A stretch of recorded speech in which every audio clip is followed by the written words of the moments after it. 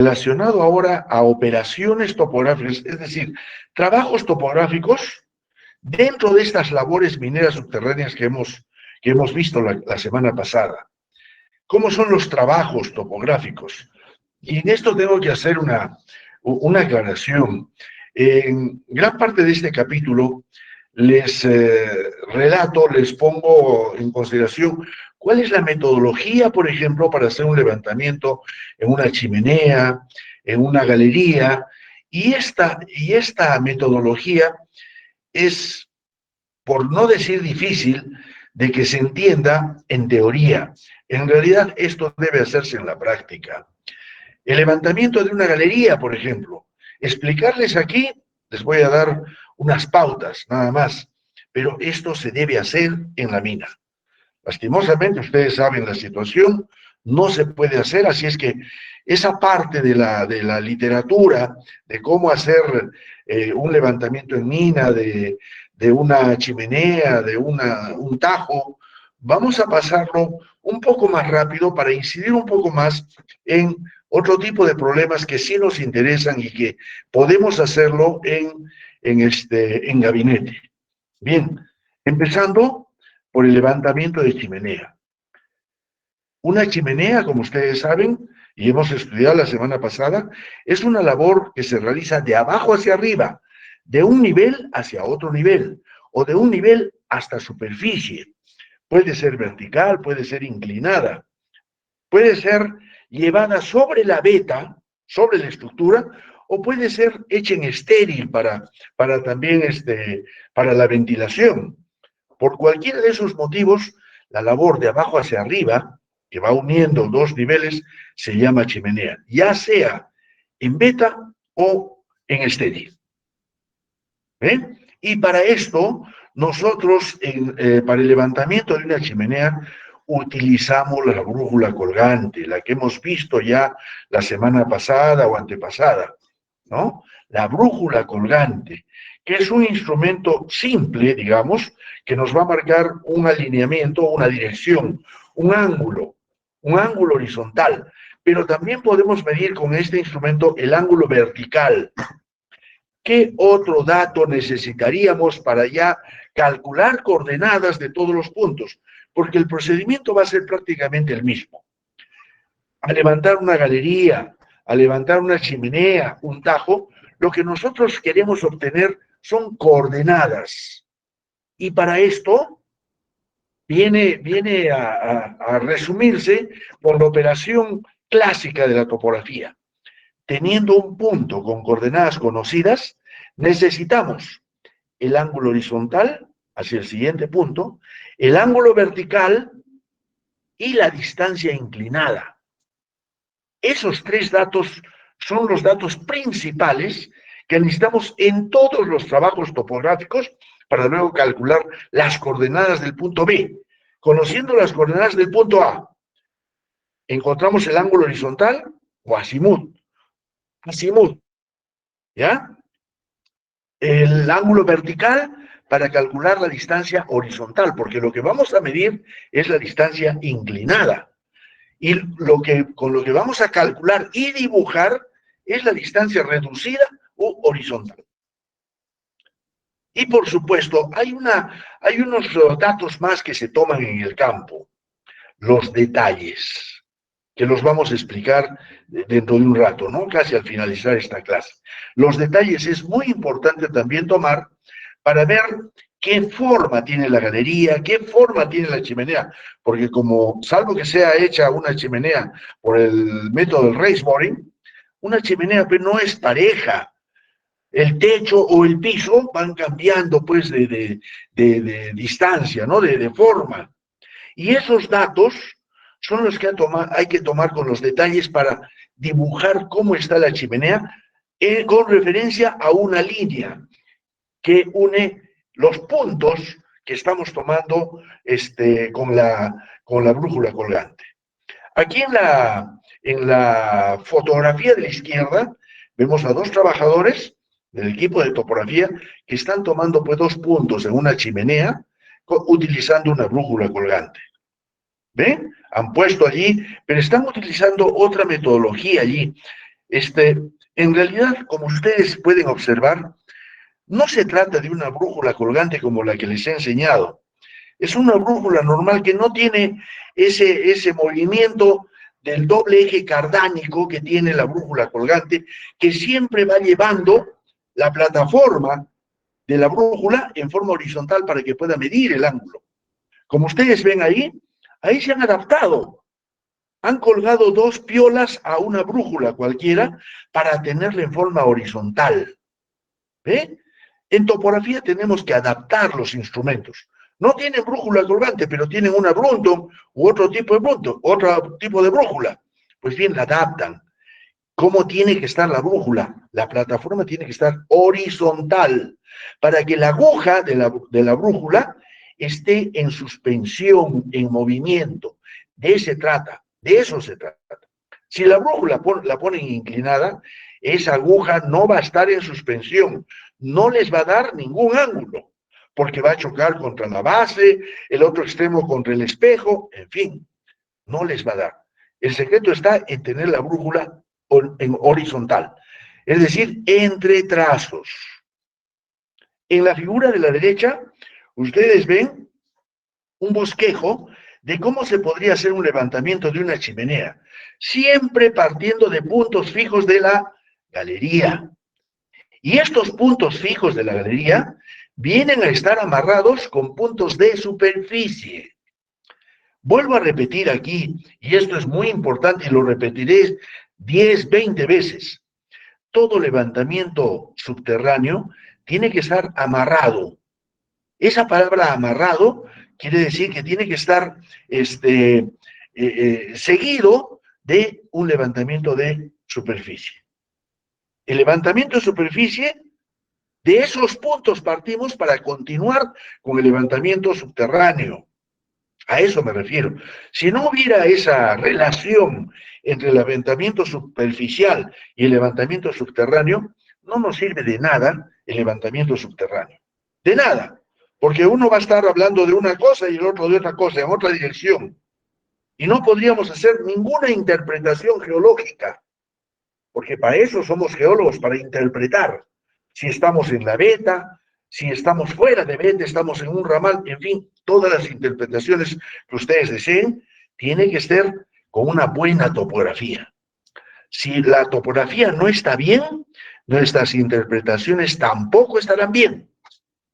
Bien, partimos entonces de puntos de la galería para luego ir poniendo puntos en, normalmente si hubiera puntales en los puntales, sino en las cajas, con alcayatas especiales.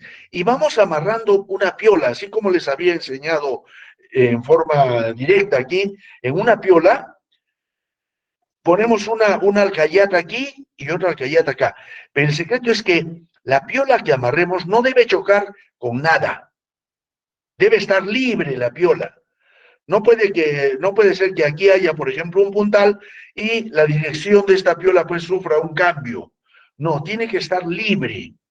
Entonces, en la piola, ahí colgamos, en el centro.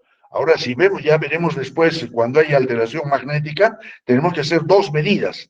Pero si no hay alteración magnética, en el centro colgamos la brújula colgante y tomamos ángulo horizontal, luego el clinómetro, el ángulo vertical, medimos la distancia del punto A, vamos a decir, o del PC a este punto, y por último tomamos detalles a la caja techo, caja piso, para poder dibujar este tramo. Igual operación hacemos con el segundo tramo.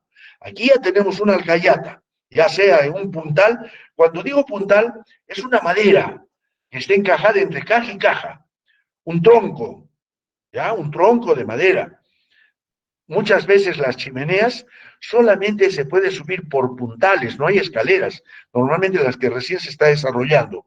Y hay que tener, como les decía, buen físico, porque cada puntal está pues aproximadamente a 1,5 metros, y hay que treparse allí, ¿no? Agarrándose de las cajas, en fin, hay que tener buen físico. En estas chimeneas de exploración principalmente, ¿no? Bueno, para el segundo tramo tenemos una alcayata aquí, ponemos otra alcayata en la parte superior o en la otra caja, ¿no? Y tensamos una piola también. Aquí pondremos la brújula colgante, medimos el ángulo horizontal, ángulo vertical, distancia inclinada y detalles, los detalles. Y así vamos subiendo hasta la comunicación con el nivel superior. Y una vez que tenemos las coordenadas, porque con esos datos de campo, nosotros obtenemos coordenadas. Las coordenadas las vamos a dibujar en un plano y vamos a ver la chimenea en planta y también podemos hacer un corte o perfil, como el que están viendo prácticamente ustedes. En planta y corte. En planta es muy importante porque debe coincidir galería con galería, ¿no? Ahí debe coincidir el buzamiento de la veta también. Si por decir tenemos en este nivel una veta, la misma veta acá, y la chimenea no comunica con el nivel superior, ya debemos estar pensando que nos hemos ido por un ramal, ¿no? Muchas veces el ramal de la veta, esto sí les puedo decir, se presenta muchas veces más mineralizado que la veta principal. Por eso es que hay que ver siempre, controlar el buzamiento, las características de la veta. Siempre hablaremos de geología, aparte de topografía también, lo que van a encontrar ahí en la mina. Fíjense cuánto podemos hablar de una fotografía nada más. Vamos a pasar un Ingeniero, poquito más. Sí, adelante. disculpe la molestia. Quisiera preguntarle, ¿cómo es que nosotros tomamos los detalles? Bien, vamos a la última parte de esta presentación. Ahí les voy a explicar con un poquito más de tiempo cómo se toman los detalles. En una galería, por ejemplo, pero vamos a ir adelantando, en una galería, nosotros cuando tenemos estirada la wincha, y la wincha está de punto al centro del equipo, tiene que estar estirada la wincha. Tomamos detalles a caja techo, caja piso, o derecha izquierda, techo y piso. A los 2 metros, igualito, derecha, izquierda, techo, piso, a los 2 metros, cada 2 metros, cada 2 metros. En si hay un distanciamiento igual, solamente podemos tomar al inicio y al final, porque son tramos cortos, son tramos cortos. Aquí no podemos hacer levantamientos largos, por la misma forma de la chimenea, que no me va a permitir poner un punto acá abajo y otro punto arriba. Sería lo ideal, ¿no? Pero no se puede, no se puede. Es muy difícil porque hay puntales y allí se va tomando detalles, caja techo, caja piso, norte y sur, o oeste, dependiendo de la posición de la chimenea. Pero siempre las cajas, caja techo, caja piso, norte, sur, oeste y oeste. Esa es la forma de tomar los detalles en una chimenea. Ya lo vamos a ver dentro de un rato y lo vamos a explicar mejor. ¿Ya? Muchas gracias. Muy bien, seguimos. Esto es lo que les decía, el procedimiento, que ya prácticamente les he explicado con las figuras anteriores, ¿no? Poner una pita, cordel o piola entre un punto y otro punto, y allí tensar.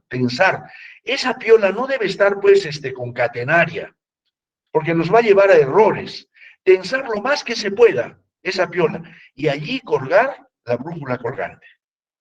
Bueno, colgar la brújula colgante, mejor ya, colgar la brújula suspendida, ya está. Cambiémosles de nombre para que no se vea feo tampoco, ¿no? ¿Qué se controla el geólogo? ¿Qué controla cuando hace un levantamiento topográfico o cuando hace una visita a una de estas chimeneas?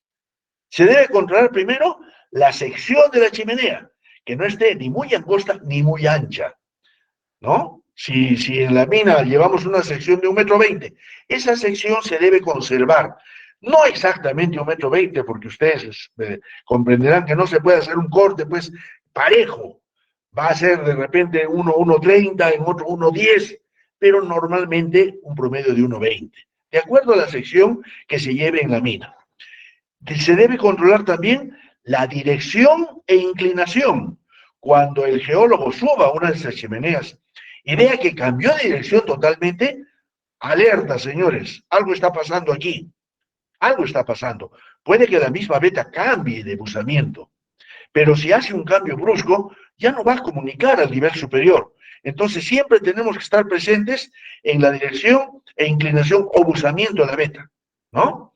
Ya que estas chimeneas también servirán, como hemos dicho, en un tajeo, una servirá de acceso y la otra para cargar, descargar el mineral y también muchas veces cargar el relleno de arriba hacia abajo para rellenar el tajo. En fin, tiene muchas funciones, pero una de ellas es para acceso, sino por dónde subiríamos. En el tajo tiene dos chimeneas a los lados.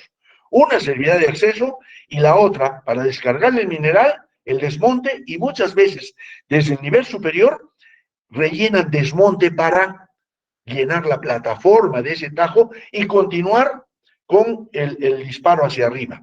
Eso es lo que les llamaba el método de explotación de corte y relleno ascendente.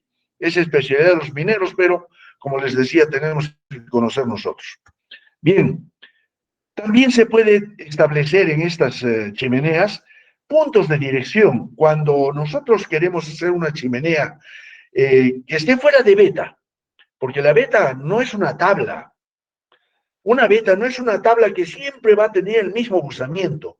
Puede cambiar de buzamiento, puede cambiar de ancho, ¿no?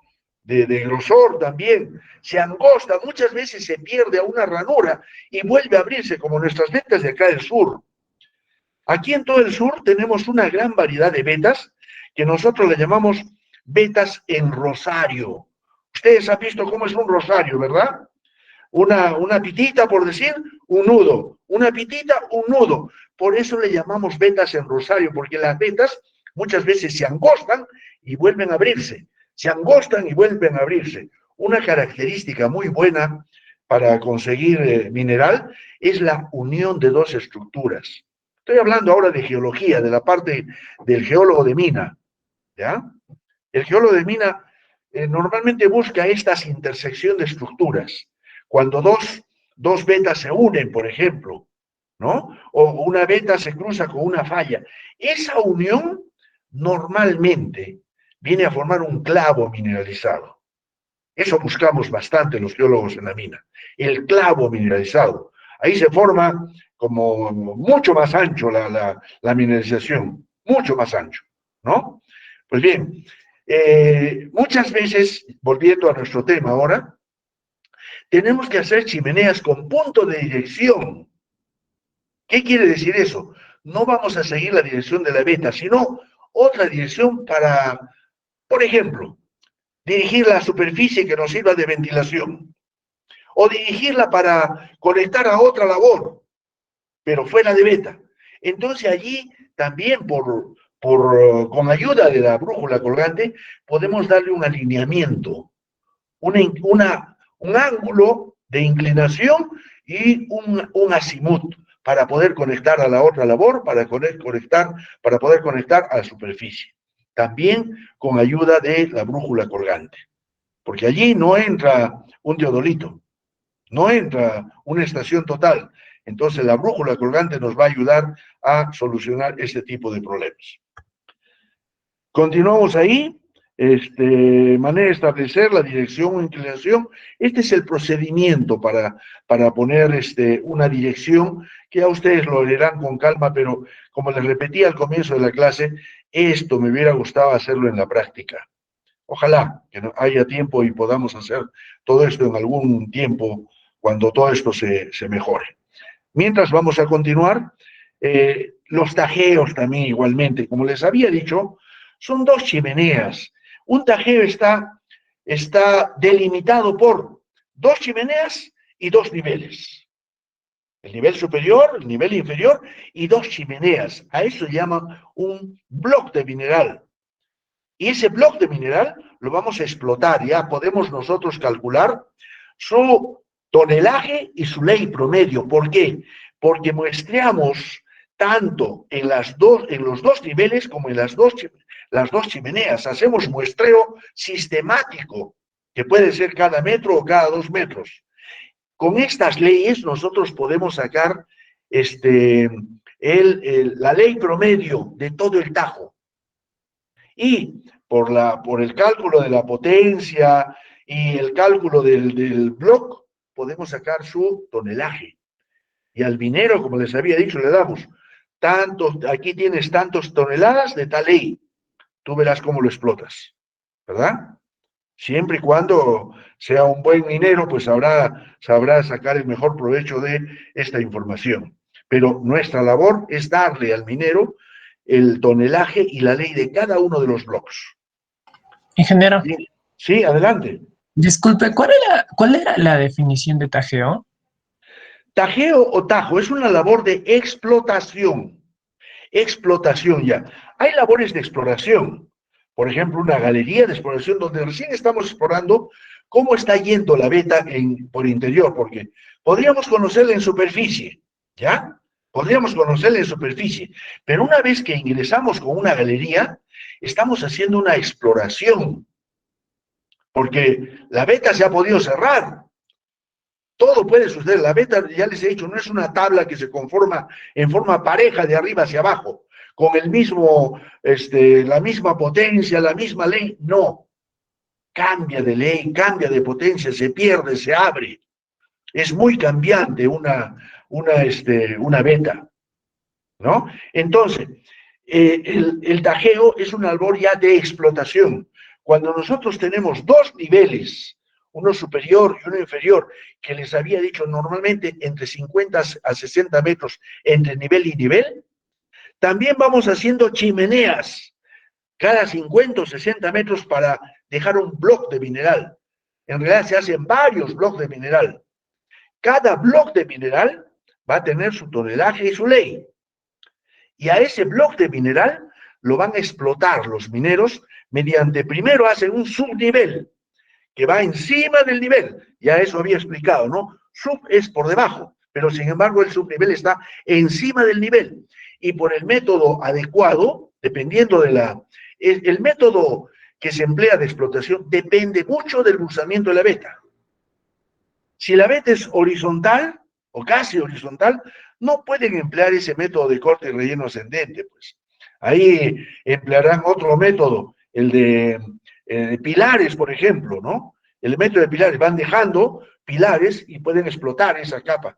Pero si la veta es algo vertical o tirando a la vertical, sí se puede emplear ese método. Bueno, les decía que el tajo ya es una labor de explotación, que por diferentes métodos vamos explotando la beta hasta llegar al nivel superior. Y así nos vamos comiendo prácticamente todos los blocks. No sé si con eso le he aclarado un poquito lo que es un tajo. Tajo, rajo o tajeo. Diferentes nombres que van tomando estos blocks de mineral en la mina. Tajo, rajo o tajeo. ¿Ya? Algunos dicen el tajeo tal. Bueno, tajo tal.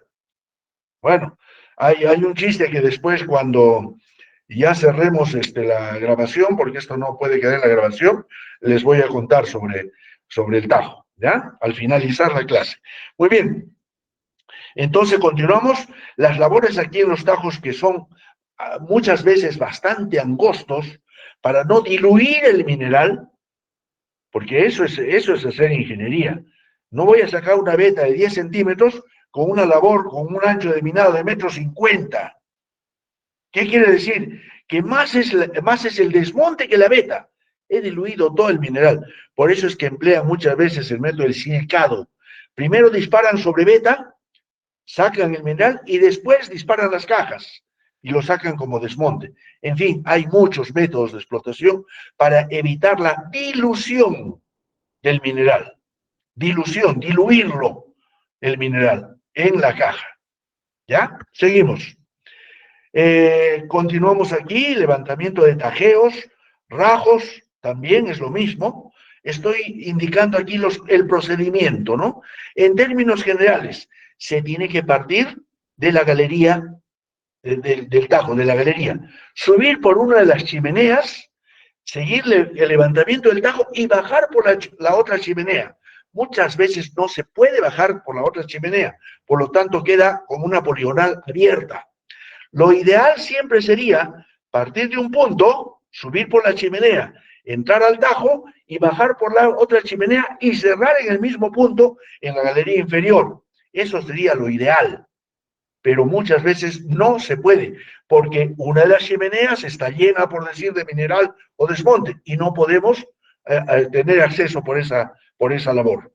Entonces solamente hacemos una poligonal abierta, desde galería, chimenea de acceso y rajo, nada más, que es lo normal que se tiene que hacer. ¿Ya? Seguimos. Aquí una labor, un dibujo de lo que es un tajo o rajo. Es de la galería principal, está vista en planta, galería principal, y así se vería un rajo, dependiendo. Fíjense aquí, esta labor la saqué de internet, por decir, y aquí va haciéndose un levantamiento por meses. Por ejemplo, en noviembre es el tajo, la labor azul o verde que ven ustedes, ¿no? Si en diciembre le pondrán otro color, de repente va cambiando y se va poniendo por acá el tajo, ¿no? Dependiendo si el otro nivel está acá, normalmente de mes a mes ustedes van viendo el dibujo acá, diciembre, enero, febrero, hasta que comunican con el otro nivel. Es decir, tienen un buzamiento de aquí hacia acá. Aquí podríamos interpretar muchas cosas de una sola imagen. Pero, como ven, el levantamiento en planta tiene que estar con coordenadas. Aquí tienen un grillado con coordenadas. ¿Y de dónde salen estas coordenadas? De las coordenadas que vienen con los puntos de la galería. Fíjense los puntos de la galería. ¿Dónde están situados? Donde hace un cambio la galería, ahí obligado un punto de cambio. Hace otro cambio, otro punto de cambio, y no son muy lejanos. Si aquí el tajo tiene 40 metros, aquí estamos hablando de 20 metros de distancia entre punto y punto en la galería. ¿Ve? Aquí fíjense, hace un cambio la galería, obligado tenemos que poner un punto de cambio aquí, un punto topográfico en el levantamiento de la galería. Aquí ya dice hable. Si aquí tuviéramos, en el centro, tuviéramos una labor en este sentido, una estocada, por decir, aquí tendríamos que dejar un punto para levantar la estocada. ¿Ya? Esto es cuestión de lógica nada más. ¿Dónde debo poner un punto topográfico? ¿Dónde lo necesito? No es cuestión de poner, ha dicho a 20 metros y cada 20 metros tengo que poner, no, esto es cambiante. Ha dicho a 100 metros, que no he dicho, pero tampoco podemos ser así. Esto es criterio del que hace este trabajo. Criterio, donde hace cambio la galería. ¿Ya? Seguimos. Como ustedes saben, hay minerales magnéticos que a la brújula colgante van a hacer que cambie de dirección y vamos a tener errores. Hay atracciones magnéticas determinadas por el material que tenemos en la galería, por ejemplo, tubos de fierro, cables, carros mineros, rieles, líneas de alta tensión. Todo esto hace que cambie la dirección de la aguja de la brújula. ¿No es cierto? Aparte, también depende del mineral que estamos explotando. Muchas veces hay minerales magnéticos, como por ejemplo, ustedes lo conocen muy bien, ya están en cuarto año, la pirrotina, la magnetita, son minerales magnéticos que van a cambiar la dirección de la brújula. Entonces, cuando tengamos estos problemas, siempre que se pueda hacer un levantamiento, es preferible hacerlo con teodolito. Pero si en caso no tengamos la opción de tener un teodolito, porque el teodolito está exento de estas atracciones magnéticas, ¿ah? Al teodolito no le afecta la atracción magnética, sí le afecta a la brújula colgante o una brújula Brunto. Pues bien, si no podemos utilizar un teodolito y tenemos que utilizar una brújula colgante, minimicemos este error. ¿Cómo podríamos minimizar este error? Aquí un ejemplo. Vamos a suponer que estamos haciendo un levantamiento de una labor cualquiera entre el punto A al B, del B al C y del C al D. Primero del punto A al punto B. Tratemos de poner dos medidas, uno cerca al punto A y otro al punto B, de regreso, una de ida y otro de vuelta.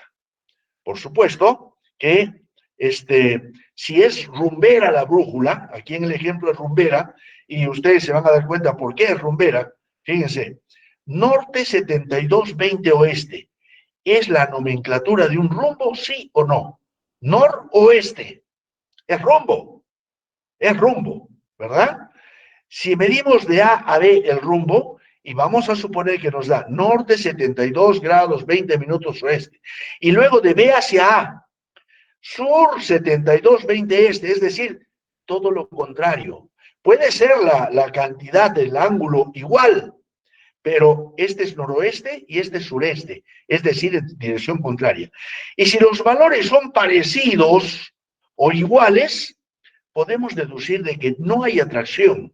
Por lo tanto, mi dirección, mi rumbo va a ser norte 72-20 oeste. Es decir, tomamos de A hacia B. No le voy a poner sur 72 este porque sería de B hacia A. Siempre vamos de atrás hacia adelante, del A al B, del B al C. ¿Se dan cuenta? Pongo esta nomenclatura aquí.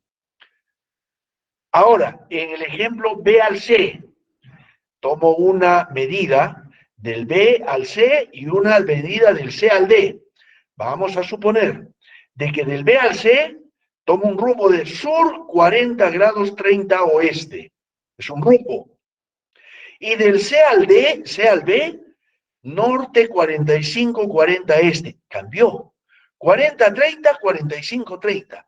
Ah, entonces pues hay por ahí, hay algo que está atrayendo magnéticamente a la aguja de mi equipo. Porque son casi 5 grados, un poco más de 5 grados de diferencia de B a C con respecto a C a B. ¿Qué es lo que tengo que hacer? Sacar un promedio y mi rumbo verdadero o más probable será el promedio de los dos. Sería sur 4305 este. Siempre tomo la nomenclatura del B al C. El de ida, no el de venida. ¿Está claro esto?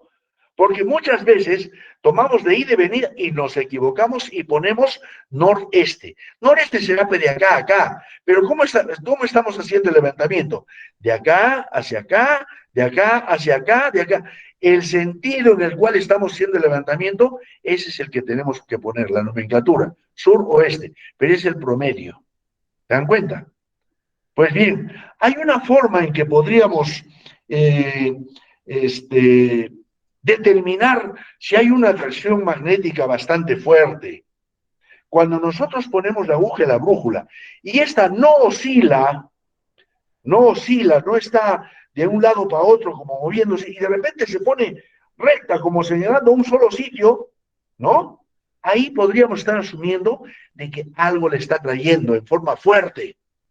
Una aguja de una brújula debe oscilar hacia uno y otro lado, tanto en forma vertical como horizontal, ¿ya? Así moviéndose. No sé si está prendida mi cámara y me ven el movimiento de mi mano. ¿Sí? ¿Está prendida la cámara? Si no, para prenderla. Sí, ingeniero, sí está prendida. Perfecto.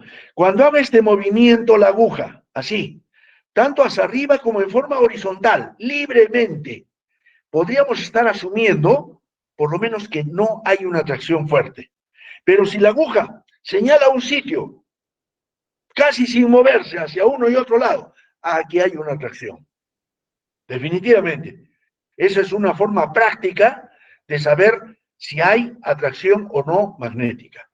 Algunos datos para que cuando usemos una brújula nos apartemos de algunos elementos de fierro o de atracción magnética. Para tener una seguridad de que no influye la atracción magnética, debemos estar por lo menos a 1,5 metros del carril, de las líneas del carril, a 1,5 metros, para poder decir por lo menos que no influye la atracción magnética del carril sobre la aguja de mi brújula. A 2,5 metros de un carro minero, fíjense. O sea, yo no puedo tomar, pues, a 0,5 metro de un carro minero, ya estoy tomando una medida mala. A 0,5 metro de una tubería de hierro, a 0,5 metro de una lámpara minera. Fíjense, son algunos datos, algunos consejos que debemos tener en cuenta para evitar la atracción magnética de tanto de todo lo de fierro que tengamos alrededor, o también, pero ahora, y ustedes dirán, ¿y a cuánto de la beta? ¿No? Porque la beta también puede tener. Normalmente, si tenemos betas con atracción magnética, y siempre que podamos usar teodolito, usémoslos. La brújula es el último de los recursos. ¿Claro eso? El último de los recursos. Cuando ya no tengamos nada más que hacer, utilicemos la brújula con todas estas precauciones. ¿Ya? Bien, seguimos. Aquí un ejemplo de, de una poligonal, ahora sí en forma general, de una poligonal con brújula. 4 puntos, A, B, C y D, en el sentido horario. ¿Ya? Nosotros debemos tomar el azimut de A hacia B y de B hacia A. Aparte de la distancia, ¿no? De la distancia, que va a ser una distancia inclinada. Y por lo tanto, también tendríamos que tomar el ángulo vertical para reducir esa distancia inclinada a distancia horizontal. Del B al C, tomémosle siempre el azimut del B al C y del C al D. Ya hemos visto, para evitar atracciones magnéticas. No nos confiemos. Ya medí del B al C y se acabó. Esa es la medida y se acabó. Puede que esté errado, muy errado. Tomen de vuelta también el azimut inverso para sacar el promedio. En cuanto a distancia, tomen de ida y tomen de vuelta también. Si empleamos una wincha metálica, pues no. Ahora, si empleamos estación total, pues se cambia toda la cosa. Toda la figura cambia con una estación total. Pues, tomando todos estos datos en campo, ¿cuál sería lo ideal? Que D1, la distancia en cuestión de distancias, D1 sea igual a D3. ¿Y cuál es la D1? AB sea igual a BA. De ida como de vuelta, sería lo ideal. Y así, D2 sea igual a D8, que es D2. AD sea igual a DA, tanto de ida como de vuelta. Esto es en cuanto a distancias. En cuanto a azimuts, que el ángulo 1 sea igual al ángulo 3. ¿Cuál es el ángulo 1? AB. Al ángulo 3, BA. El azimut. Por supuesto, estoy hablando de igual en la parte numeral, pero no será igual si uno será noreste, el otro será suroeste, pues, ¿verdad? Pero la parte angular, la numeración, lo ideal sería de que sea igual. Y si no es igual, sacar el promedio. Sacar el promedio. Eso es lo ideal, pero normalmente, en cualquier trabajo, siempre hay discrepancias. Cuando hacíamos trabajos, los primeros trabajos utilizando brújula, utilizando wincha ahí en la universidad, pues nos dividíamos en grupos, ¿ya? Y salían al campo, ¿verdad? Algunos sacaban todo exacto, tanto de ida como de vuelta, tanto distancia como ángulo, y lo traían campante después a donde el ingeniero, ya acabamos, aquí está el resultado, igualito, vaya usted al campo otra vez. No puede ser que les dé medidas y ángulos en todos los sitios igualito. Eso es trampa, eso es hacer trampa. Normalmente siempre hay discrepancias, ¿ya? Pues bien, un ejemplo de una compensación de una poligonal cerrada con brújula.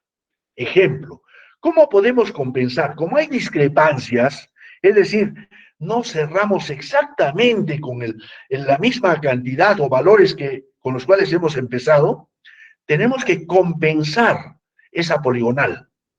Para esto debemos conocer que todos los ángulos internos de cualquier polígono es nuestra fórmula conocida, es igual a 180 por n menos 2, donde n es el número de los vértices, número de vértices de la poligonal. Y también que la sumatoria de los ángulos calculados en el campo menos la sumatoria teórica de los ángulos de la teoría viene a constituir el error de cierre. Siempre, creo que siempre vamos a tener un error. Muy pocas veces sería una coincidencia de que parten de un valor y llegan exactamente a ese valor. No, eso es trampa, vuelvo a decir. Pues bien, aquí un ejemplo. tenemos una poligonal A, B, C, D, E. A, B, C, D, E. Y D, cierren el A. Pero ahora en sentido antihorario. Es lo de menos, horario o antihorario. Podemos hacer poligonales en cualquiera de los dos sentidos. Pues bien, ¿qué datos tomamos en el campo? Hemos dicho. Primero la distancia. Vamos a asumir de que ya tenemos la distancia horizontal. ¿Ya? Para solamente dedicarnos a la compensación. Porque si no, ¿qué tendríamos que hacer? La distancia inclinada con el ángulo vertical, calcular la distancia horizontal. Y vamos a perder lo que queremos ahora, compensar. Por eso, aquí tenemos distancia horizontal, para que no nos perturbe lo que queremos hacer. Luego tomamos un rumbo directo de A a B. Y luego el rumbo inverso de B a A, de ida y de vuelta. Rumbo 920, 930. Hay una discrepancia. Vamos a suponer que de B al C tenemos un rumbo de sur 7730 y bueno, 7730 de vuelta. Lo marcamos, de C a D. Y así, de C a D y de D a C, de D a E, tomamos rumbo directo e inverso. Estos son datos de campo. Datos de campo. Analicemos primero los datos de campo. Esta conversión es bastante simple, pero tienen que ser cuidadosos porque un error en cualquiera de los pasos les va a dar, por supuesto, una respuesta equivocada, totalmente equivocada. Paso a paso tiene que hacerse y comprobarse. Bien, aquí tenemos una discrepancia en el rumbo directo con respecto al rumbo inverso, del AB con respecto al BA, de 10 minutos, perdón. Aquí tenemos un valor igual. En el tercero también tenemos un valor igual. En el cuarto una discrepancia, en el quinto una discrepancia. Pues bien, analizando primero nuestros datos de campo, vamos marcando cuál de los tramos no tiene error. Es decir, tanto el rumbo directo como el inverso es idéntico, es igual. Y lo marcamos. Ya lo vamos a tener presente que el tramo BC es igual. Así tengamos otros después. El CD es igual también. El primero de ellos, de nuestro tramo, que encontremos que es igual, lo marcamos. Lo tenemos en nuestra memoria. ¿Listo? En nuestro disco duro lo vamos a tener allí, presente. Muy bien. ¿Qué hacemos ahora para compensar? Si estos son datos de campo, de una poligonal, tenemos que dibujarlo. Y lo dibujamos en este sentido. El A a B, estos son nuestros datos de campo, los de la derecha. Si son rumbos, dibujamos el rumbo de A a B. Rumbo. Acuérdense, rumbo es diferente a azimut. ¿No es cierto? Ustedes ya están en cuarto año y con ustedes ya hemos practicado y hemos dicho muy claro la diferencia entre rumbo y azimut, ¿verdad? El rumbo parte del sur o del norte y no pasa de 90 grados. Pues bien, si me dicen que grafique el rumbo AB de sur 920 oeste, a partir del punto A pongo mi norte, sur oeste, aquí marco hacia el B y le marco el rumbo, está en negro, 920. Y luego voy a marcar el rumbo inverso, que es de B hacia A. Como ya tengo mi punto B, el rumbo inverso será este de aquí, 930, 920 el directo, 930. Estoy dibujándolo exactamente cómo debe ser el rumbo. Yo no lo puedo dibujar ese rumbo aquí, ese no sería suroeste. Es suroeste, aparte del sur hacia el oeste. Y aquí sería noreste, rumbo, a partir del norte hacia el este. ¿Conforme? Explicando una vez, ustedes ya lo entienden después. Paso ahora al tramo BC. Igual dibujo los rumbos directo e inverso. Del B hacia el C me dice que tengo un rumbo de sur 77 este, sureste, fíjense, parte del sur, si este es mi norte, parte del sur hacia el este, 77-30. Aquí está la base de la solución de estos problemas. Si ustedes no dibujan bien el rumbo, por supuesto que la respuesta le va a salir jalada de los pelos, como se dice. y dibujar un rumbo para ustedes. No es difícil, pues ya son 2 cursos de topografía que hemos hecho, ¿verdad? Y dibujamos el rumbo del C al B, acá, del C al B, norte 7730 oeste, que es este con negro. Y así por el estilo, dibujo el rumbo directo del C al D, del D al C, del D al E al D, E al A y A a E. Todos rumbos directos que están en negro en esta figura. Están en negro. ¿Ya? Vamos a ampliar un poquito para que ustedes lo analicen mejor ahí. Ahora sí se ve mejor, ¿verdad? Pues bien, ya hemos dibujado y está en negro nuestros datos de campo. En negro. Ahora, el segundo paso es encontrar los ángulos internos de mi poligonal. Ángulos internos de campo, porque todavía estamos trabajando con datos de campo. Sabemos que los ángulos internos, en teoría, me van a dar 180 por n menos 2. Ya pueden ir sacando, ¿no? Pero en el campo no me va a dar, pues, esa cantidad teórica. Siempre va a haber una discrepancia.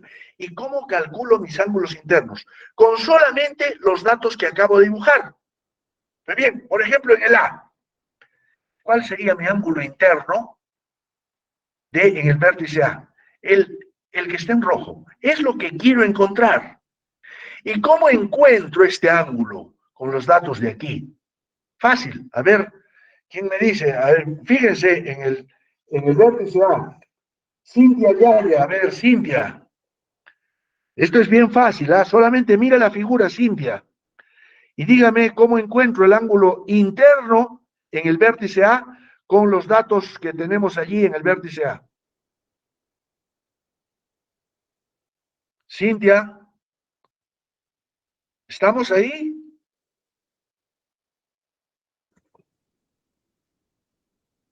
Ana Paula Montes. Ahí está el ingeniero Miguel y está observando. Él les pone intervenciones. Yo no pongo, pero él está anotando allí, ¿ah? Él está Ingeniero, anotando Cintia quién está interviene. Ana Paula, en el chat. ¿está o no está? Está en el chat, ingeniero. Está en el chat, pero no está. Debe estar cocinando de repente Ana Paula. Ambas le han respondido por el chat, ingeniero. Ah, han respondido. Bueno, esa es la última, ahora que me he dado cuenta.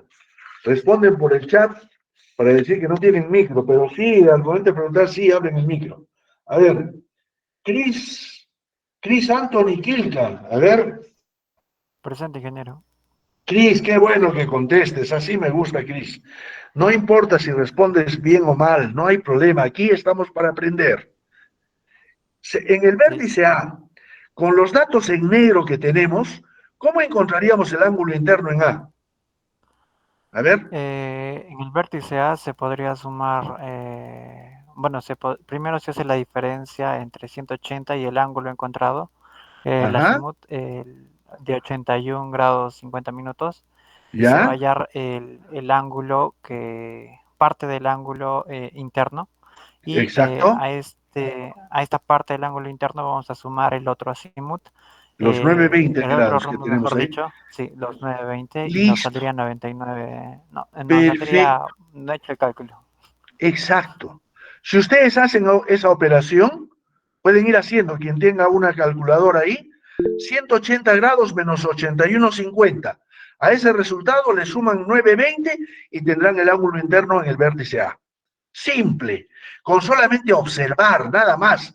Aquí es observar, es simple. La topografía no es nada difícil. Él les había dicho, aquí no hay diferenciales, integrales. No, no, no, son sumas y restas. Sumas y restas nada más. No sé por qué se sacan tan baja nota en sumas y restas. Pues bien, me acaba de encontrar el ángulo interno en A. Ahora vamos a encontrar el ángulo interno en B. A ver, Lady Roque. Lady Roque, Roque Mamani. Lady. Sí, ingeniero. Muy bien, Lady, muy bien. Céntrate en la figura en el vértice B. ¿Ya? Tenemos en negro los datos de campo y quiero encontrar el ángulo interno, es decir, lo que está en rojo. ¿Cómo encontraríamos allí el ángulo interno? Es muy simple, ¿ah?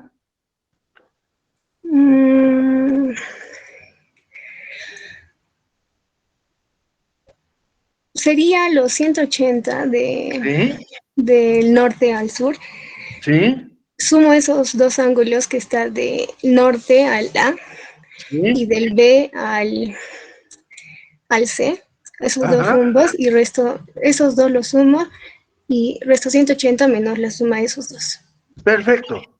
¿Lo han entendido? O en otras palabras, 180 grados menos 77,30 y este resultado menos 9,30 y me sale el ángulo interno. Es lo mismo lo que ha dicho nuestra compañera. ¿Ven?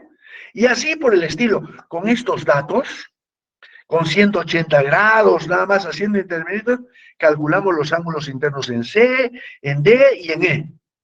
Pero son ángulos internos de campo. Y esto lo tenemos aquí. ¿Ya?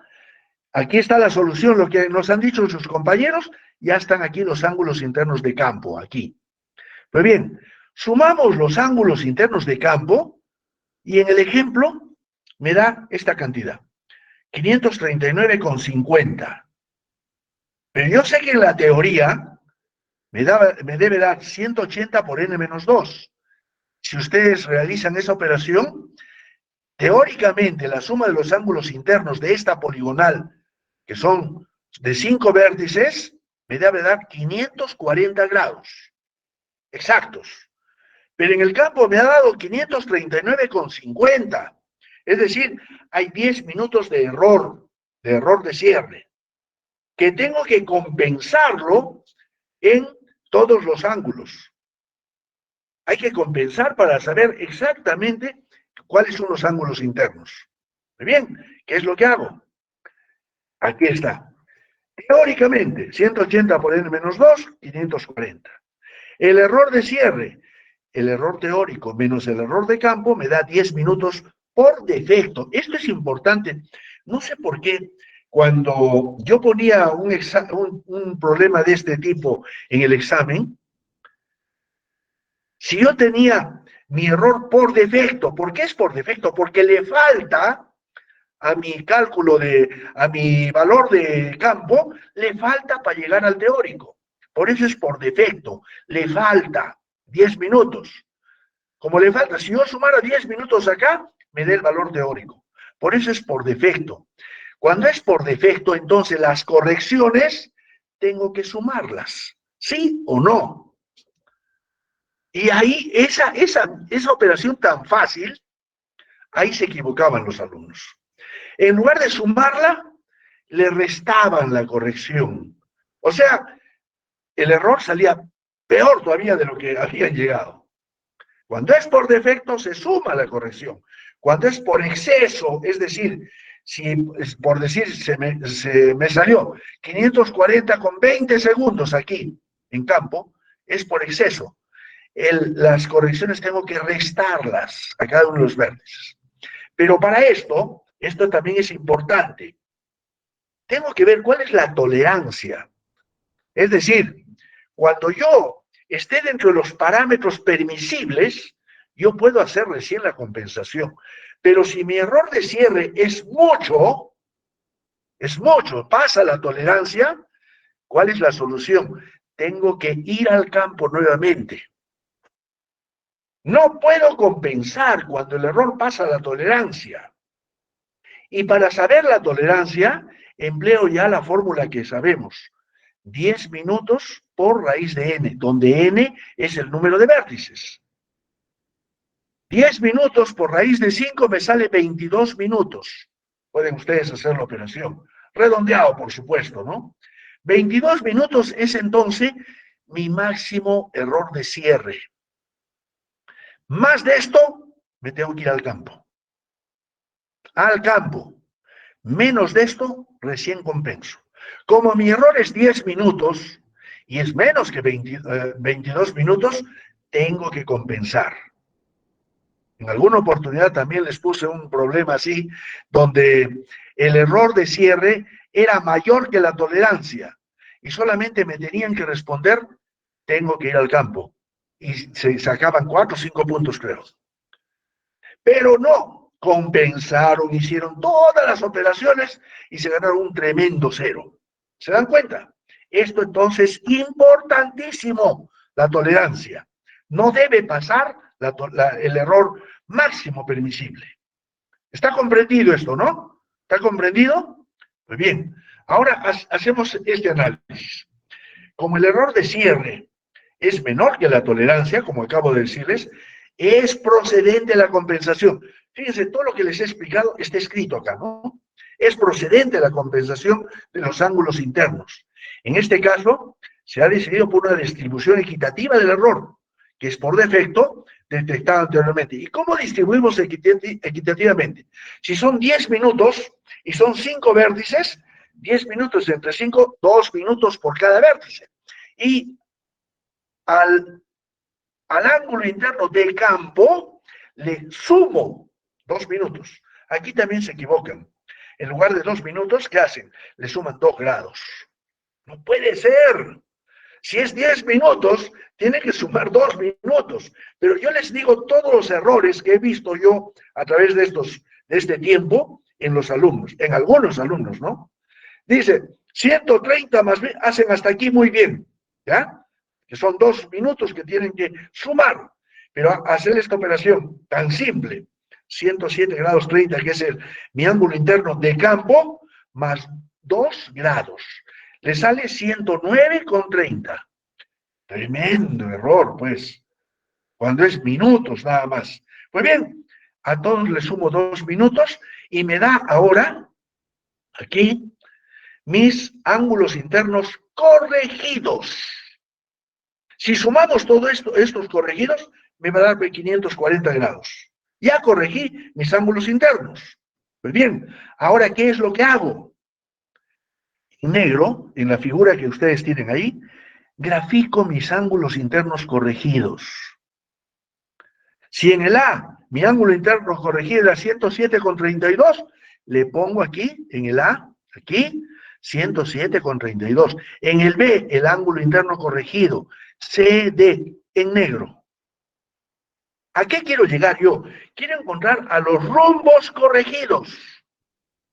Rumbos corregidos, porque los rumbos que tomé en el campo tenían error.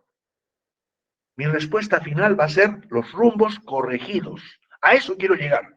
Pues bien, con solamente los ángulos internos corregidos, no podría encontrar todavía los rumbos corregidos. ¿Qué es lo que hago? Tomo de mi base, por eso les decía algo que habíamos puesto en nuestra disco duro. Voy a regresar. Tomo de mi base aquí. Rumbo directo e inverso era igual en mi relación. El primero, ¿se acuerdan? Y el rumbo directo igual era del B al C, de 77,30. Y por supuesto, el rumbo inverso de C a B, 77,30. Este dato también lo anexo a mi figura de aquí. Aquí le pongo, en este rojo, 77,30. Y tendré mi primer rumbo corregido, porque lo he tomado como era de ida y vuelta igual, lo tomo como valedero, como certero este dato. Es el primer rumbo corregido que tengo ya, 77,30, para mi respuesta final. ¿Ya? Y por supuesto, si este ángulo es 77,30, aquí también todo este ángulo será 77,30, ¿conforme? Por alternos internos. Eso ya no les puedo explicar más, ¿verdad? Pues bien, con los ángulos internos corregidos y el primer rumbo, que lo tomo como verdadero, ahora sí empiezo a calcular mis rumbos corregidos. ¿Cómo así? El rumbo de B ya lo tengo, 77,30. Ahora paso al C. Igual como han hecho ustedes la operación anterior, ¿cuál es mi rumbo corregido que quiero encontrar? Este que está en rojo. Pero yo sé de que 77,30 es acá y también 77,30 es todo esto. Entonces, para encontrar mi rumbo corregido que esté en rojo, alfa prima, 77,30 menos 48,20 y encontré mi rumbo corregido en C. ¿Ve? Ahora, con este valor nuevo encontrado de alfa prima, que es igual a este ángulo y que es igual a este ángulo, encuentro alfa segunda. Así, con la misma metodología, con esos datos, encuentro alfa segunda. Y así, alfa tercera, alfa cuarta. Y tendré mi resultado final, mis ángulos internos corregidos, es decir, con los 2 minutos más, que para este ejemplo eran 2 minutos, para otro ejemplo puede ser otra cantidad, puede ser incluso hasta con segundos. Y por último, mis rumbos corregidos. Esta es la respuesta final. ¿Se entendió esto? A ver, no sé si la llamé. Sebastián Ulloa, ¿está allí? Sebastián Ulloa, porque nos falta todavía un problemita más. Pero quiero, antes de pasar, ¿se entendió este ejemplo? Está paso a paso, como ustedes lo han visto acá. Es cuestión solamente de observar. ¿Lo has entendido tú, este ejemplo, de cómo compensar una poligonal cerrada con brújula? Sí, ingeniero, sí entendí. Paso a paso. No se olviden, lo más importante es que tenemos datos de campo que no van a coincidir con los datos teóricos. Y luego, que también esto es importante, la tolerancia. La tolerancia. Encontrar la tolerancia. Y si el error de cierre está dentro de la tolerancia, recién compensa. Pero si el error de cierre es más que la tolerancia, no me toquen el problema, solamente le ponen allí, regreso al campo, he hecho mal mi trabajo, ¿conforme? He hecho mal mi trabajo, he tomado a la ligera los ángulos y listo. Y me voy al campo porque lo he hecho mal mi trabajo. Eso es muy importante para compensar una poligonal cerrada con brújula. ¿Listo? Muy bien, continuamos entonces. Ya, como para descansar un poquito ya. El levantamiento de una galería. Vamos a hablar. Aquí les he puesto algunas fotos. Más me gusta hablar sobre fotos porque la foto habla más que 1000 palabras, ya les he dicho. Un levantamiento de una galería tiene un procedimiento también que, como les había dicho, me gustaría hacerlo pues en la práctica, pero en pocas palabras, ¿qué tenemos que hacer? A partir de puntos de superficie, por eso es que les he puesto fotos que están en superficie, un punto fuera de la galería. Acá está la galería, acá está el punto, fuera de la galería. Este trabajo es el que teníamos que hacer, el primer trabajo que teníamos que hacer en el campo, al ir a Yarabamba. Un punto en la bocamina, fuera. Este punto que está fuera de la galería tiene que ser amarrado a otro punto de superficie. ¿Con esto qué estamos haciendo? Estamos dando el azimut de inicio. Conociendo las coordenadas de 2 puntos, no podemos conocer el azimut y la distancia. Es lo primero que hemos hecho en topografía, ¿verdad? Uno de los problemas clásicos de la topografía. Teniendo dos coordenadas de 2 puntos. Uno es donde esté el equipo y otro que puede estar en cualquier punto de superficie. Siempre partir de puntos de superficie. En esto vamos a insistir porque ha habido problemas. Ha habido problemas que por falta de conocimiento, yo voy a levantar cuando ustedes van a tener un trabajo, por ejemplo, le dicen, háganme el levantamiento de una galería. Pues bien, que van a empezar de ahí y de frente a la galería, tienen que amarrar a puntos de superficie. Si no, por gusto han hecho el trabajo. Poniendo estación en un punto de la bocamina, hacen vista atrás, en la segunda fotografía, a otro punto de superficie. Y con esto, ¿qué están haciendo? Están poniendo el azimut inicial. Porque ustedes han resuelto ese problema. Teniendo dos puntos con coordenadas conocidas, se puede encontrar el azimut o no. Si dicen que no, les voy a poner un problema de estos en el examen. Bueno, de esto les estoy poniendo a cada rato. ¿Eh? En realidad, son los problemas clásicos de la topografía. Eso lo hacemos a cada rato en topografía. Una vez que tenemos el azimut, recién dirigimos la tercera fotografía. Recién dirigimos el equipo hacia el primer punto de la galería, que podría estar en la bocamina misma. Allí el primer punto, colgado con una alcayata en la madera superior y cuelga la plomada con el nudo, sabiendo hacer el nudo, que a propósito ya nuestro compañero Renato Oporto, les ha enviado ahí al WhatsApp el video de cómo hacer el nudo. Les comenté, ¿verdad? Cómo hacer el nudo para hacer levantamiento de galería. Les hice una demostración y no me acordaba dónde lo había visto realmente. Y bueno, nuestro amigo Porto lo ha encontrado, incluso nos dice ahí entre qué minutos está la grabación de hacer el nudo topográfico. Y van a ver que es idéntico, es igual. Esto yo no me lo he inventado, es parte de un procedimiento que se tiene que saber, hacer el nudo. Algunos me decían, el ingeniero es no sé, qué está pensando, nos va a enseñar a hacer el nudo, pensando que es otra cosa, siempre se van para el lado malo, ¿no? No, yo me refiero a la topografía, señores alumnos. Ustedes saben que yo jamás, nunca, nunca hago bromas, aunque normalmente en mi vida es hacer bromas, pero hacer el nudo es topografía, no es cosa mala. Ya algunos están riendo seguramente. Bueno, ponemos un punto en la bocamina. ¿Por qué razón ahí? Porque fíjense, yo les cuento lo que se vive. ¿Eh? Si ustedes pusieran más adentro, por avanzar de repente, la luz que les está dando aquí el equipo y ponen el punto más adentro, va a ser difícil que lo vean al que está en interior mina. Por lo tanto, aquí en la misma bocamina, sería conveniente poner el primer punto aquí, el punto 1. Normalmente los puntos de superficie los nominamos con letras, A, vista atrás al B, pero a partir de acá, punto 1.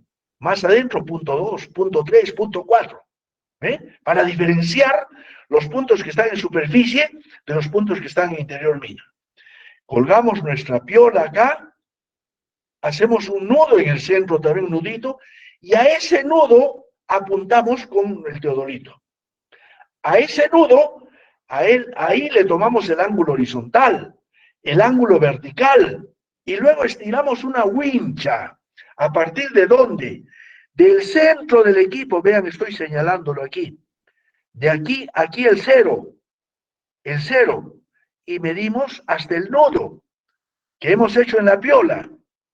No van a hacer un nudo tan fuerte que no lo puedan desamarrar, pues, ¿no? Un nudito aquí al centro, a la altura del pecho, por decir, listo. Puede ser más arriba, más abajo, pero las medidas son a ese nudo.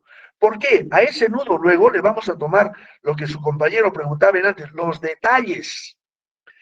Cuando la winch esté estirada, el 0 acá y los 10 metros, por decir acá, medimos detalles a partir de acá, a la derecha y a la izquierda.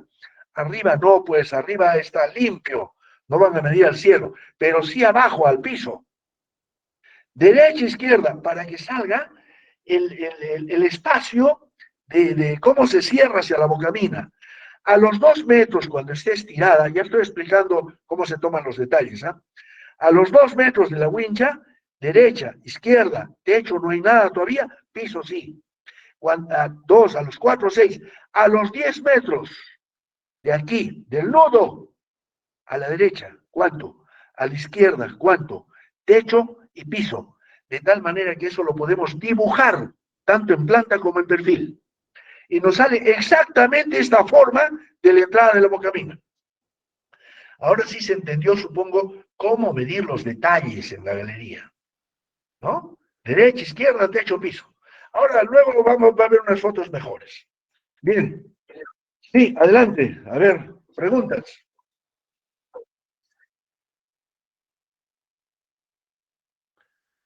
Los detalles. No. A ver, no, de repente no me deja de entender. Cuando colgamos la piola, donde está este ayudante, ponemos una alcayata aquí en el techo, ¿verdad? La acabamos. Y ahí colgamos la plomada hacia el piso. Aquí está la plomadita. Al centro de la piola, hacemos un nudito.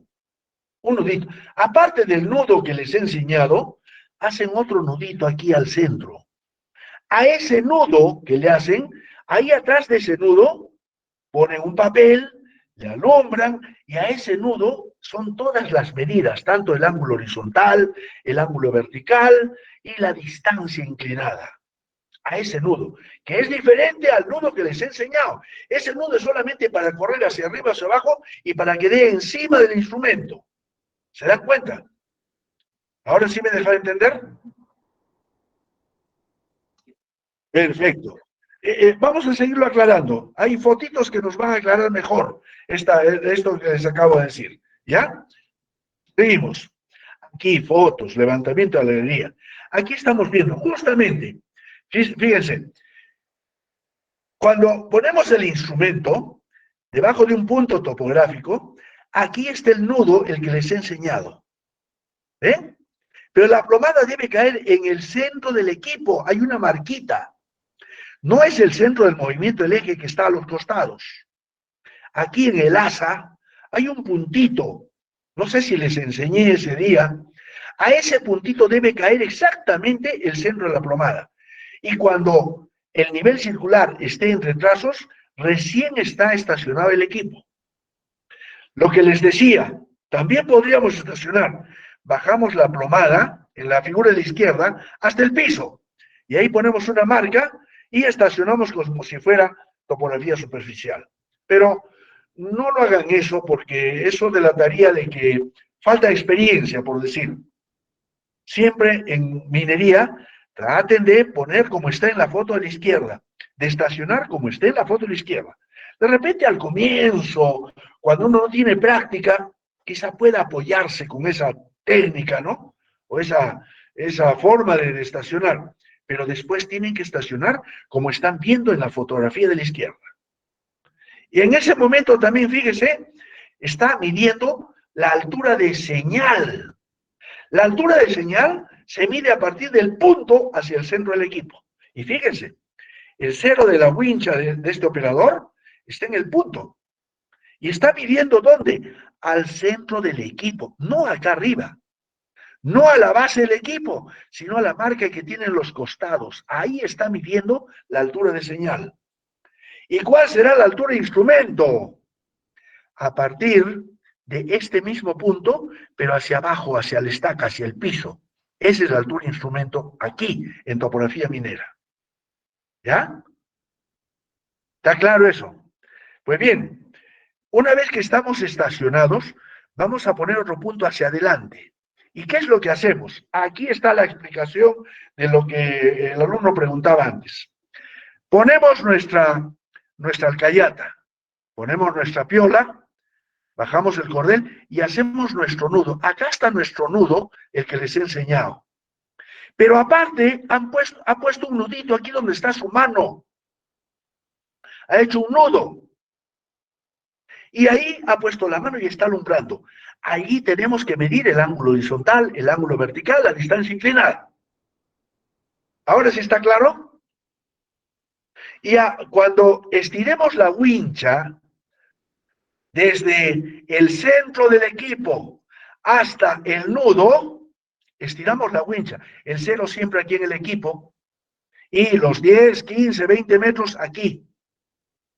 Con la wincha estirada, empezamos a medir los detalles desde el equipo. En el equipo mediremos, a partir de acá, la wincha está acá, derecha, izquierda, techo y piso.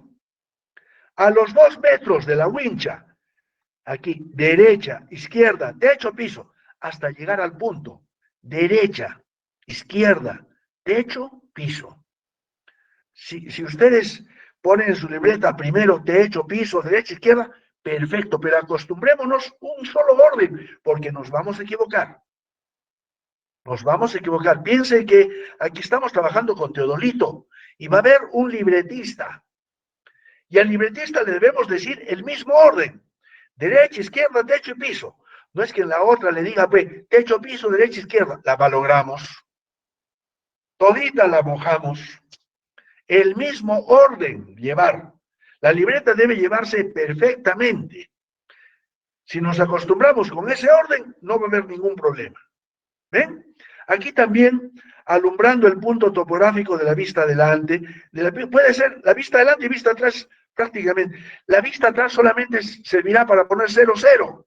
La vista adelante para medir el ángulo a la derecha. Y está adaptando. Pone la mano detrás del nudo, porque el nudo que les he enseñado está más arriba aquí. A ver, en la foto a la derecha. Aquí está el nudo que les he enseñado.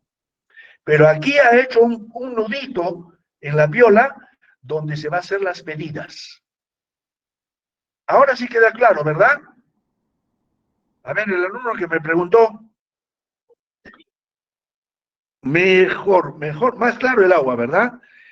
Como les digo, la fotografía, tenemos que, si bien no vamos a ir al campo, porque esto en el campo en una sola se aprendió, pero las fotografías nos enseñan muchísimo. Y felizmente se ha podido conseguir todas estas fotos que nos aclaran estas dudas, pues, ¿no? Fíjense cómo está alumbrando. Pone la mano. Nosotros mejor todavía ponemos un papel, es mejor todavía. En un papel blanco alumbramos, pero el nudo tiene que estar, pues, delante del papel. La mano está, detrás del papel. La mano está detrás del nudo, perdón. ¿Para qué? Para que la luz le dé al nudo. Y nosotros del equipo miramos el nudo. No vamos a poner la mano delante, estamos tapando pues, el nudo. En Camaná se hace así, pero acá no, pues. No, nuestros amigos camanejos. Es una bromita, es para relajarnos un poquito. ¿Hay algún camanejo aquí en el grupo? No. No estoy viendo el chat, pero ¿hay algún camanejo? Son muy buena gente. Son mis amigos. Pero para relajarnos a veces pues los tomamos de punto. Pero no, son muy buena gente, muy buena gente. Yo tengo muy buenos amigos, colegas de promoción de Camaná, muy buenos. Conozco muy buenos profesionales de Camaná, ¿no? Bueno, no sé por qué los molestan tanto, pero es como en España, ¿no? A los gallegos son igualitos a los camanejos aquí en el Perú, ¿no? Pues bien, sigamos, porque nos falta todavía 3:40 acabamos, ¿no? Faltan 10 minutos, todavía nos falta. El mismo procedimiento que se hace en un levantamiento de galería, se hace en un levantamiento de cortada o crucero. Ya sabemos, cortado o crucero, ¿no? Ya sabemos. ¿Ven? Aquí puntos topográficos que están en el techo. Miren el nudo que les he enseñado. El nudo que les he enseñado. ¿Ven? Ojalá, no lo he visto todavía el video, ojalá que sea el mismo que yo visualicé en esa época. Vamos a verlo. Bien. Aquí, poligonales subterráneas. Nosotros hay un método en el cual nosotros podríamos calcular la cota de los puntos, conociendo justamente la altura de instrumento, la altura de señal, si la labor está en subida, si la labor está en bajada. Hay un método, hay una fórmula, pero yo les voy a enseñar acá que no necesitamos fórmula, solamente el dibujo. Si hacemos bien el dibujo, sacamos la respuesta. ¿Ya? Miren, cuando una poligonal se lleva por galerías principales, se tiene una pendiente que normalmente es de máximo 1%, una galería normal, 1%. ¿Ya? Allí hay que medir distancias al piso y la distancia entre las dos plomadas también, por supuesto, que es la distancia inclinada. Además, tenemos que tomar datos en el campo de altura de instrumento y altura de señal. Ya les he indicado en las fotos anteriores cuál es la altura de instrumento y cuál es la altura de señal. La altura de instrumento es justamente el alto que tiene el equipo con respecto al piso. Es altura de instrumento. Pero la altura de señal es la distancia del centro del movimiento del equipo a el punto topográfico que puede estar en el techo o en el piso. Pero en galería normalmente está en el techo, normalmente, pero hay casos en que está en el piso. En este caso, las alturas de instrumento y de señal son positivas cuando el punto topográfico está en el piso. Esta es una regla. Y serán negativas cuando el punto topográfico y la estación están en el techo. Esto lo vamos a aclarar mejor con estos ejemplos. Hay una fórmula general para encontrar la cota del punto B conociendo la cota del punto A. Cuando digo cota del punto A, es una cota conocida. Vamos a poner cota 1000. Ya conozco cota 1000 del punto A, pero quiero encontrar la cota del siguiente punto. Cota. Para esto, la fórmula general es la cota del punto B será igual a la cota conocida, es decir, la cota A, más menos la altura de instrumento. ¿Y ese por qué más menos? Por esta cuestión. Será positiva cuando esté en el piso, negativa cuando esté en el techo. ¿Ya? Más menos la distancia vertical. Distancia vertical o diferencia de altura entre los dos puntos. ¿Y cómo voy a sacar la distancia vertical? Teniendo la distancia inclinada y el ángulo vertical correspondiente, ¿verdad? Resolviendo mi triángulo rectángulo, hallo la distancia vertical. Y menos, miren, fíjense, la regla de los signos es muy importante acá, menos, más menos la altura de señal. Veamos cada uno. La cota de B es el punto del cual se desea la cota, es la incógnita. La cota de A es la cota conocida, donde está estacionado el instrumento. La cota que conocemos. Ahí, ¿qué es ahí? Si ustedes toman en cuenta estos puntos, no va a haber ningún problema para los 8 casos que vamos a ver después. Rápidamente. Ahí es la altura de instrumento medida en la estación. Altura de instrumento. Ahí, ahí. Altura instrumento. Ahí. Será positiva si se cuenta a partir de una estación que esté en el piso.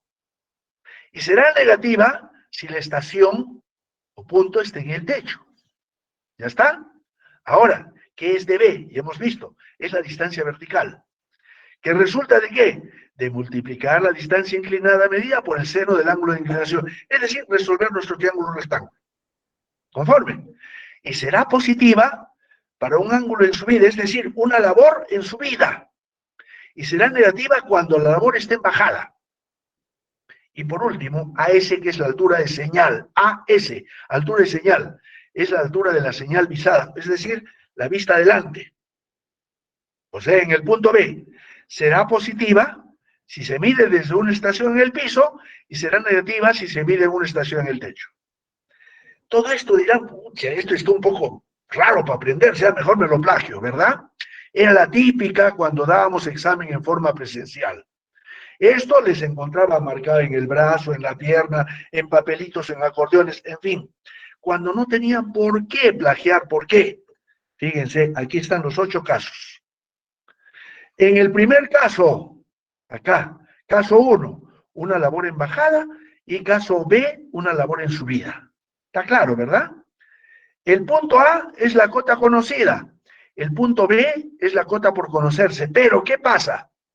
El punto A está en el piso y el punto B está en el piso. En el otro caso, el punto A está en el piso, el punto B está en el piso, pero la labor es en subida. Son 2 casos del caso 1 primero. 2 subcasos del caso 1. No necesito fórmulas siempre y cuando dibuje bien. Por supuesto que si ustedes, aquí está la fórmula, si ustedes pueden memorizar las 8 fórmulas, que no les aconsejo, está resuelto el problema. Pero tienen que saber cuándo es positiva y cuándo es negativa, que acabo de leerlo hace un ratito. Pero no necesito saber tampoco eso. Mi labor está en bajada, me dice. Perfecto. Mi labor está en bajada. Y mis 2 puntos están en el piso. Pues si mi labor está en bajada, voy a dibujarla acá. El punto A acá y el B abajo. ¿Está bien? Los 2 puntos están en el piso. El punto A lo pongo en el piso, el punto B lo pongo en el piso. Por lo tanto, mi visual es de acá hasta acá. La altura de señal será de aquí a acá. Altura de señal. La altura de instrumento será de aquí a aquí. ¿Conforme? Según este dibujo, este caso es aquí. Pues bien, ¿yo qué es lo que tomo? Tengo esta distancia. Tengo esta distancia. Tomo el ángulo vertical también, que es en bajada ahora. Por lo tanto, teniendo el ángulo vertical, falta 5 minutos. Teniendo el ángulo vertical, yo puedo encontrar la distancia horizontal y la distancia vertical o diferencia de altura. Conforme. Pues bien, ¿qué es lo que puedo hacer? A ver, conozco la cota del punto A. Si le sumo la altura de instrumento, voy a tener esta cota en cualquiera de estos puntos, ¿verdad? Si le resto la distancia vertical, tendría la cota de este punto. Y si a eso le resto la altura de señal, tengo la cota de B. ¿Simple o no simple? Sin fórmula, señores. Sin fórmula, solamente haciendo un buen dibujo.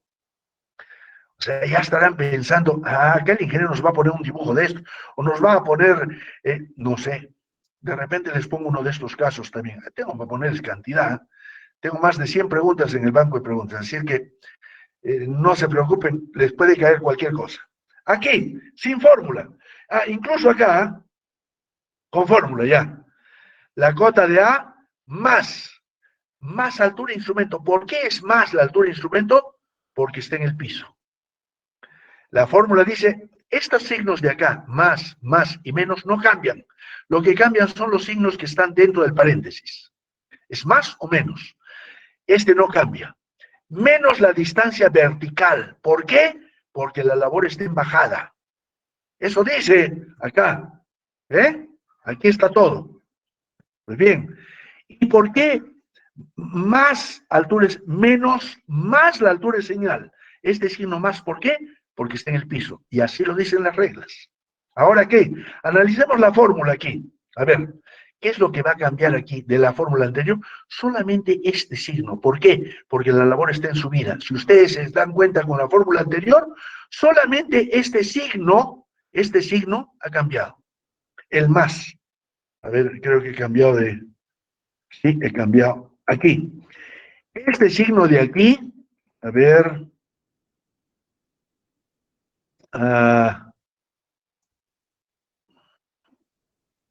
aquí. Solamente ese signo ha cambiado con respecto a la fórmula anterior. ¿Por qué? Porque la labor está en subida. Porque después los dos puntos están en el piso. ¿Ven? No necesité fórmula. Ahí solamente ha cambiado eso. En el caso 2, una labor está en bajada, la otra está en subida. Pero el primer punto, el punto conocido, está en el techo y el punto que queremos conocer está en el techo. En el caso B, están también en el techo, pero la labor está en subida. Fíjense, sin emplear fórmula. Calculo la distancia vertical, ¿no es cierto? ¿Por qué? Porque tengo distancia inclinada y el ángulo vertical, calculo la distancia vertical. Es resolver un triángulo rectángulo, que es lo primero que tenemos que hacer. Luego, a la cota de A, le resto la altura de instrumento. Pero fíjense, la altura de instrumento, ¿dónde está midiéndose ahora? Del punto al centro del instrumento. Antes, del punto al centro del instrumento. Ahora es del punto al centro del instrumento. ¿Ven? Esto es altura de instrumento. El punto es lo que manda. Si está en el techo el punto, la altura de instrumento es del punto al centro del instrumento. Ahora, si yo conozco la cota de la, le resto la altura de instrumento, voy a tener la cota en este punto. Si a esto le resto la distancia vertical, voy a tener esta cota. Y si a esto le sumo la altura de señal, encuentro la cota de B. Y es lo mismo que tenemos de acá. Le sumo al final, ¿no? Menos con menos, ¿qué va a dar? Más. La regla de los signos. Lo que enseño es de secundaria. Sino que nos olvidamos. Y aquí, en esta fórmula, ¿qué es lo que cambia con respecto a la fórmula anterior? Este signo de acá. Perdón, aquí es este, aquí es este, ¿verdad? Aquí es este de acá. Este es el signo que cambia, este. Y en el otro caso, el signo que cambia es este de acá. Después, toda la fórmula es idéntica. En uno y otro caso, es que una labor está en bajada y la otra en subida. Y por último, tenemos los otros casos. Los otros casos también, el caso 3 y 4, a ver, ya está.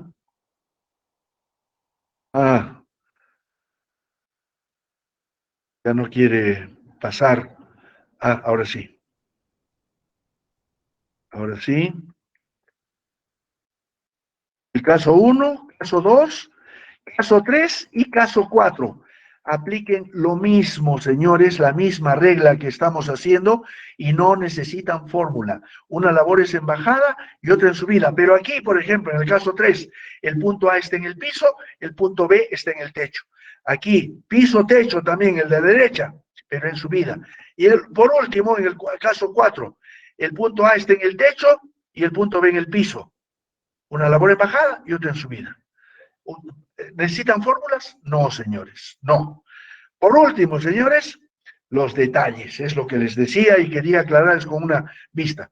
Fíjense, aquí en la foto de la derecha y en el de la izquierda, la winch está estirada. Está estirada entre el equipo y el otro punto, o el frente. ¿Ven? Cuando la winch está estirada, este trabajador, el mouse no me, ya está, a ver, este trabajador, a partir de la wincha, medirá derecha, izquierda, a partir de a los 2, 4, 6, 8 metros. Derecha, izquierda, techo, piso, del mismo 2, 4, 6 metros.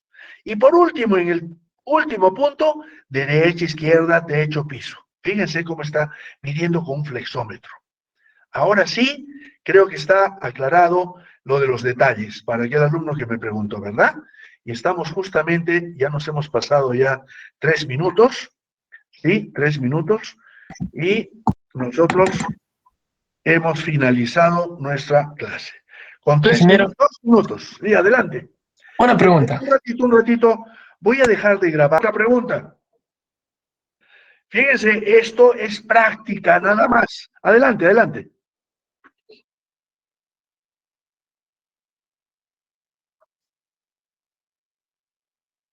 Sí,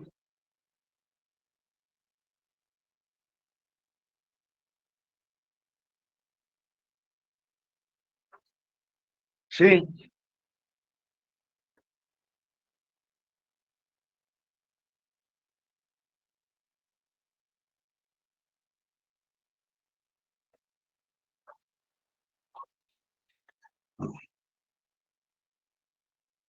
Ya, ese es para compensar.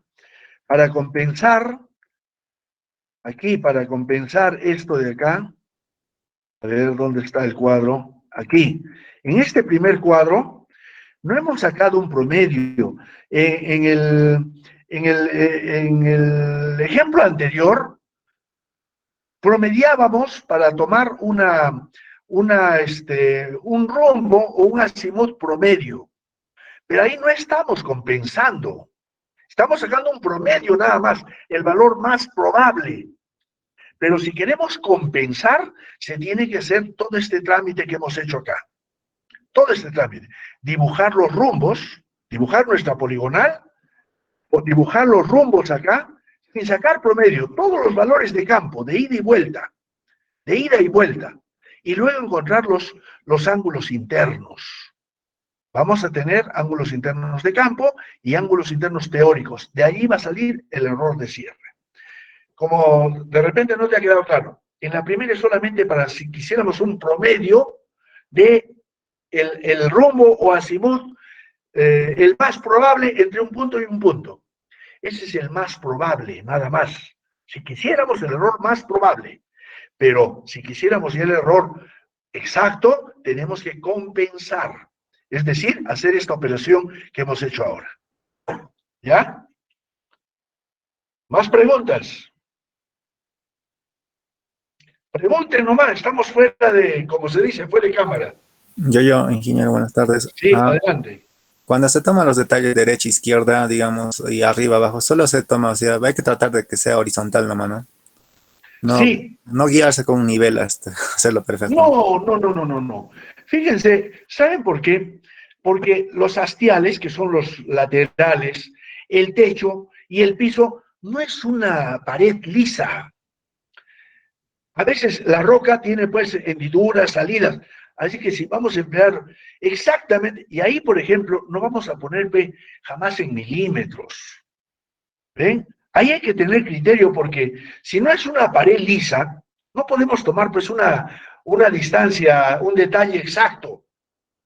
1,40, 1,42, nada más. Tomar en milímetros sería pues el peor error. Es cuestión también de criterio. ¿Por qué? Porque ustedes lo ponen la wincha, la punta de la wincha un poquito más allá y hay una hendidura. ¿Cuánto cambió? Centímetros. Entonces hablar de milímetros sería pues el peor error. Redondearlo a centímetros. O sea, los detalles máximo a centímetros. Incluso cuando ustedes dibujen el plano a una escala determinada, esos centímetros no los van a poder determinar a la escala que se va a dibujar el plano. ¿Se dan cuenta?